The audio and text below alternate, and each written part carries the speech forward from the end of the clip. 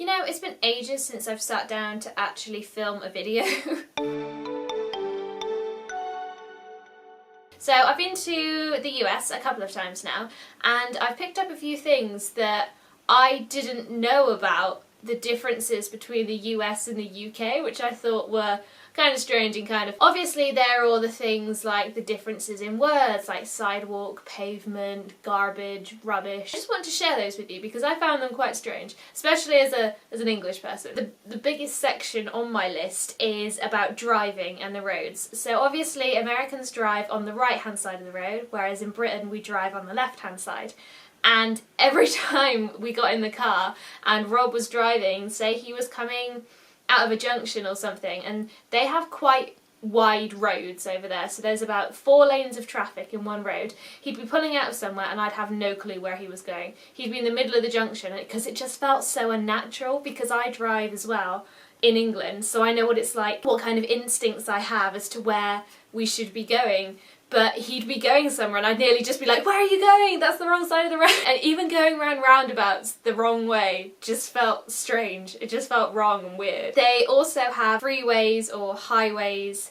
I'm not sure what the difference between the two are, but they're essentially big roads like our motorways over here, but they don't have overtaking lanes. So in Britain, the sort of rule of the motorway is that you overtake on the right hand side. They don't do that in the US. You just go wherever there's space. That could be overtaking on the left, it could be overtaking on the right, so I feel like you'd have to be so aware of what was going on around you in order to make sure you don't crash, because they could be coming from all directions. They also turn right on red lights.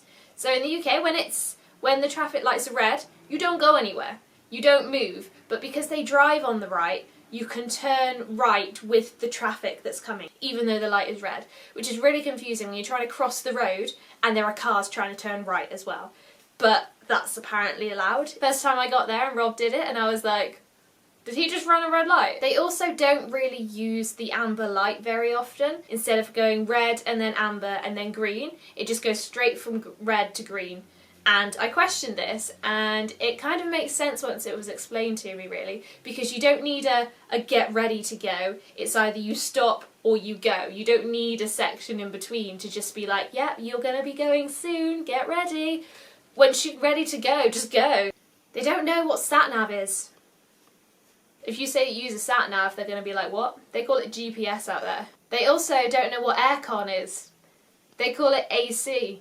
I mean, is it really so big of a difference to not understand AC is the short version of aircon, which is the short version of air conditioning, which essentially is what it is. Something else that I didn't really understand, but once I did understand it, made complete sense, was a road sign that says Pedzing. P-E-D-X-I-N-G. Maybe I shouldn't have said it out loud, but if you were to read it, you'd think Pedzing. See if you can work out what this means, okay? So you'll see them all over the US. They'll be on roads. First place I saw it was painted on the floor of a bike track. Pop it in the comments below and I might tell you in next week's video. No cheating either. Don't Google it and don't tell anyone if you're American. They say yield instead of give way.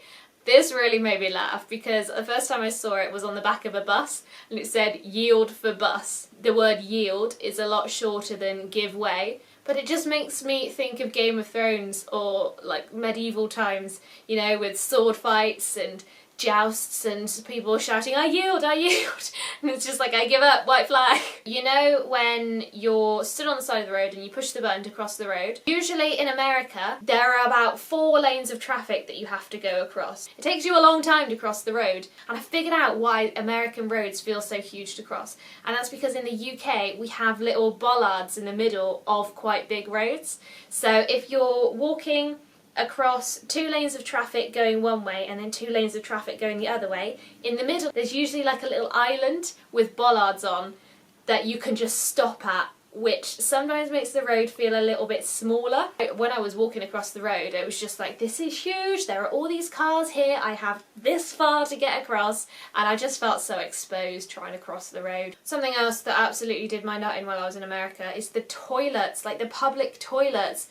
They have gaps in the doors. So there's a gap about this big in the door for where the hinge goes. If you're sat there having a wee and someone's on the other side of the toilet door, they can effectively see straight through to see you sat on the toilet. Or when I was wearing play suits out there, play suits are all fun and games until you're sat in your bra on the toilet trying to go for a wee. I was having to do that and there are gaps in the doors and I'm like, if someone looks in now, they're gonna see my entire half-naked body. I kind of like did my hoodie up while I was peeing just in case someone did look through. Also, the level of toilet in the toilet bowl in America is so high.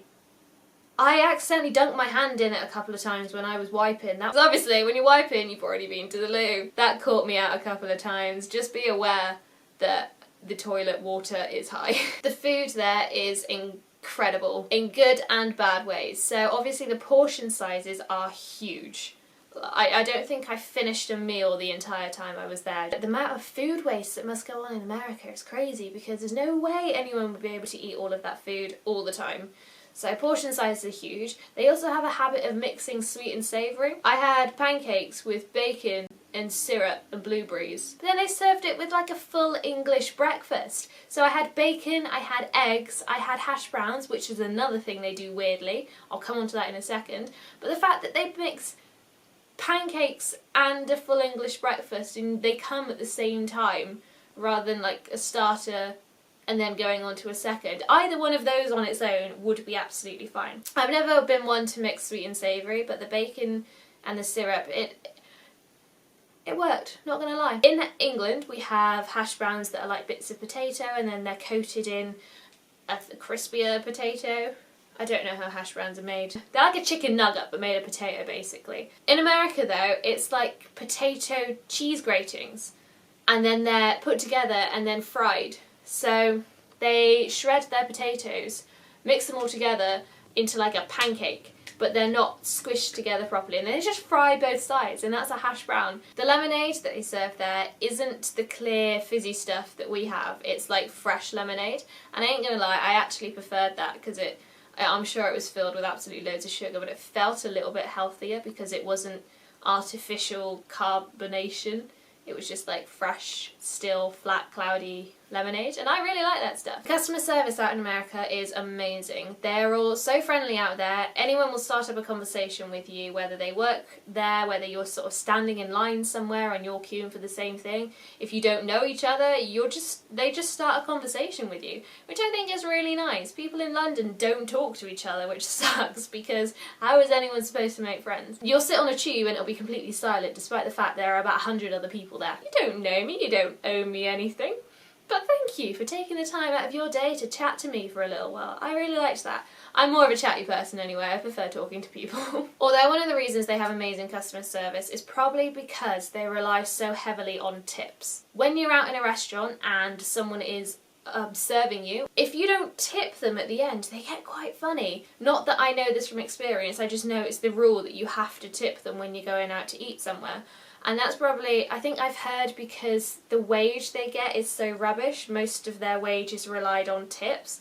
So while a food bill can probably seem quite cheap when it comes, you then have to add like 20% tip on afterwards, which always involves taking a calculator out and trying to figure it all out. Another thing that really kind of caught me out was the tax situation when you're buying things. They don't include tax on the price tag, and then they apply it at the checkout, so you never really know what the full price is going to be. In the UK, tax is included in the price, which I prefer because you know where you stand then. I didn't have a bloody clue when I was trying to shop out in the US. It was a bit of a struggle, to be honest. They don't have opticians out there. They call them optometrists, despite the fact that that is definitely more hard to say than optician. They don't have cinemas.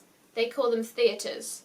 And then actual theatres, I think they also call theatres. How they differentiate between a theatre and a cinema, I don't know, because they're all theatres out there. I went to go visit Santa Cruz and we were going to get a bus back from the beach to the main town centre, and there was a sign at the bus stop that said, no buses between Labour Day and Memorial Day.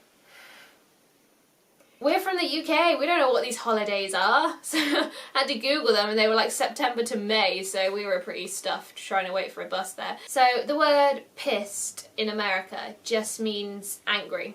I think that's the sole interpretation of the word. Whereas in the UK, You can take a piss, you can take the piss, it can be pissing down, and you can also be pissed, meaning drunk. In America, they don't understand that. Yeah, there are a lot of differences between the US and the UK, and that's probably not even half of them. That's just what I noticed when I was out there. If you can think of any more differences between the US and the UK, just let me know, pop a comment below, anything that you've discovered that you think is particularly quirky or kind of funny. I'd love to hear about it. Thank you for watching, everyone, and I'll see you next week. Probably. Bye!